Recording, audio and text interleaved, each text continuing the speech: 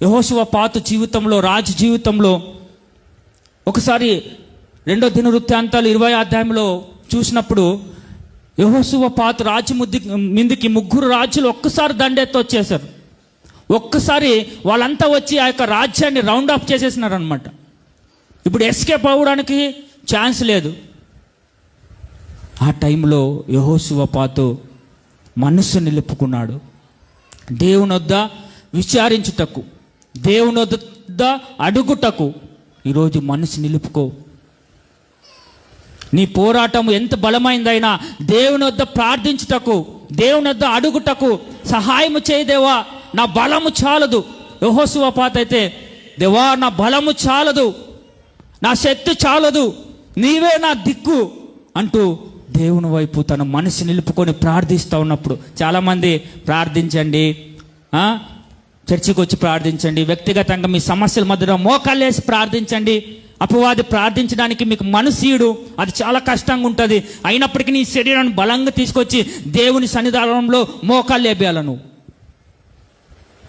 ಪ್ರಾರ್ಥಿಂಚಂಗೆ అంటే ಪ್ರಾರ್ಥಿಸ್ತೇ ಪ್ರಾರ್ಥನೆ ಮಾಡಿದ್ರೆ ಸಮಸ್ಯೆ ಹೋಗ್ತದೆ ಸರ್. ಒಂದು 5,000 ಕೊಡು ಸರ್. ಯಾವ ಪ್ರಾರ್ಥನೆ? ಒಂದು 5,000 ಕೊಡು. ಪ್ರಾರ್ಥನೆ ಅವೆಲ್ಲ ಏನಾಗ್ತಾವ ಬಿಡು. ನೋಡ್ರಿ, ಯೆಹೋಷುವಪಾತನ ರಾಜ ಜೀವಿತದಲ್ಲಿ, ಯೆಹೋಷುವಪಾತ ರಾಜ ಜೀವಿತದಲ್ಲಿ 3 ಜನ ರಾಜರು ಅವ್ರ ಮೇಲೆ ದಾಳಿ ಮಾಡ್ಲಿಕ್ಕೆ ಬಂದು ಅವ್ರನ್ನ ರೌಂಡ್ ಆಫ್ ಮಾಡಿದಾಗ ಅವ್ರು ಎಸ್ಕೇಪ್ ಆಗ್ಲಿಕ್ಕೆ ಇನ್ನ ಸಾಧ್ಯತೆನೇ ಇಲ್ಲ, ಇನ್ನು ಅವರು ಸತ್ತೋಗ್ಬೇಕು. ಅಂಥ ಸಮಯದಲ್ಲಿ ಯೆಹೋಷುವಪಾತನು ದೇವರ ಹತ್ರ ಮಾತಾಡ್ಲಿಕ್ಕೆ ಆತ ಹೋಗಿ ಆತ ಹೃದಯವನ್ನು ನಿಂದಿರಿಸಿಕೊಂಡು ఆయన హృదయాన్ని దేవుని వైపు మనసు పెట్టాడంట, నిలుపుకున్నాడంట. ఎప్పుడైతే దేవుని యొద్ద మనసు పెట్టి నిలుపుకొని అడుగుతా ఉన్నప్పుడు ఏం జరిగిందో తెలుసా? అద్భుతము. 3 వచ్చినారు. 3 వచ్చి అటాక్ చేయడం చూస్తూ ఉన్నాడు. ఈ 3 వచ్చి యెహోషువపాతు రాజుని వాళ్ళ యొక్క సైన్యాన్ని అంతా చంపేయాలంటా అని ఎదురు చూస్తూ ఉన్నారు. అప్పుడు యెహోషువపాతు మోకాళ్ళేసి దేవుని యొద్ద ప్రార్థిస్తూ దేవుని స్తుతిస్తూ ఉండగా లేవీయుడగు యహాజీయేలు అనేటువంటి వ్యక్తి పైనకి దేవుని ఆత్మ బలంగా దిగొస్తుంది. బలంగా దిగొచ్చి ఆయన ఏం మాట్లాడతాడు చూడండి. 2 దినవృత్తాంతాలు 20 అధ్యాయం 14వ వచనం.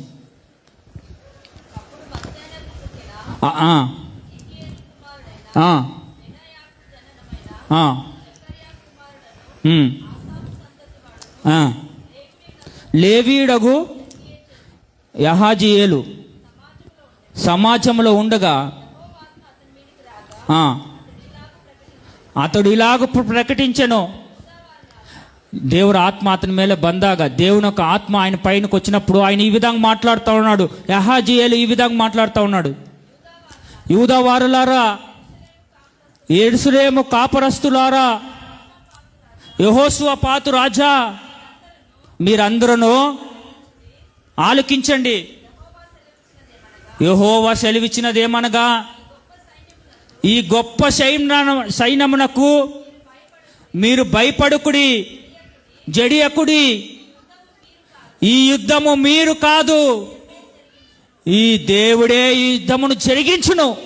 ఎప్పుడైతే ప్రార్థించడానికి, స్తుతించడానికి తన మనసు నిలుపుకొని దేవుని దగ్గరకు వచ్చాడో, అక్కడ యహాజీయేలు అనేటువంటి లేవీయుడు పైన దేవుని ఆత్మ వచ్చి చెప్తా ఉంది, భయపడొద్దు ఓ యెహోషువపాతు రాజా, యెరూషలేము కాపురస్తులారా, మీరు భయపడొద్దు.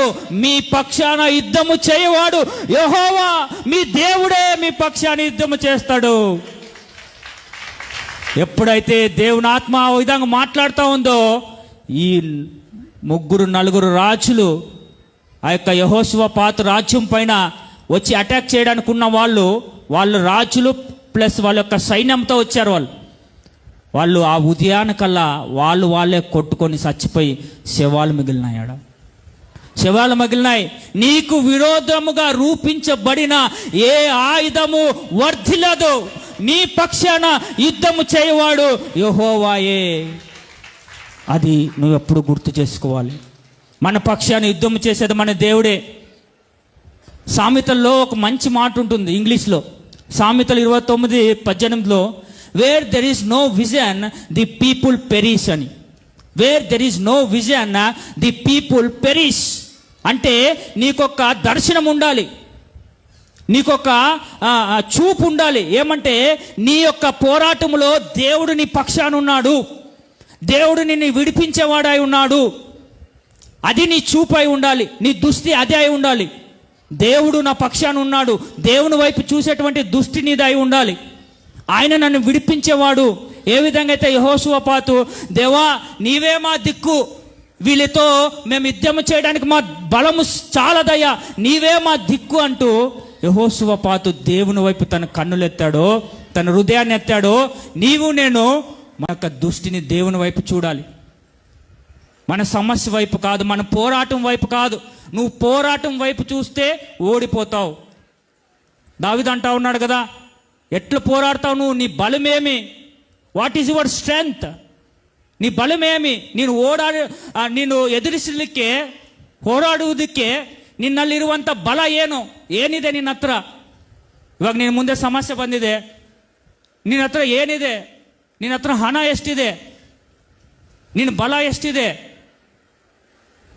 అన్నట్లుగా అడుగుతా ఉన్నాడు. ఇప్పుడు నువ్వు ఆ యొక్క గొల్యాతుని జయించడానికి ఎట్లా అని దావీదుని అడుగుతా ఉన్నప్పుడు దావీదు, యెహోవా యుద్ధము చేసేవాడు, ఈ యుద్ధం యెహోవాదే, నేను దేవుని పక్షాన పోతా ఉన్నాను. మన పక్షాన్ని యుద్ధం చేసేవాడు. మన యొక్క చూపు ఎట్లుండాలి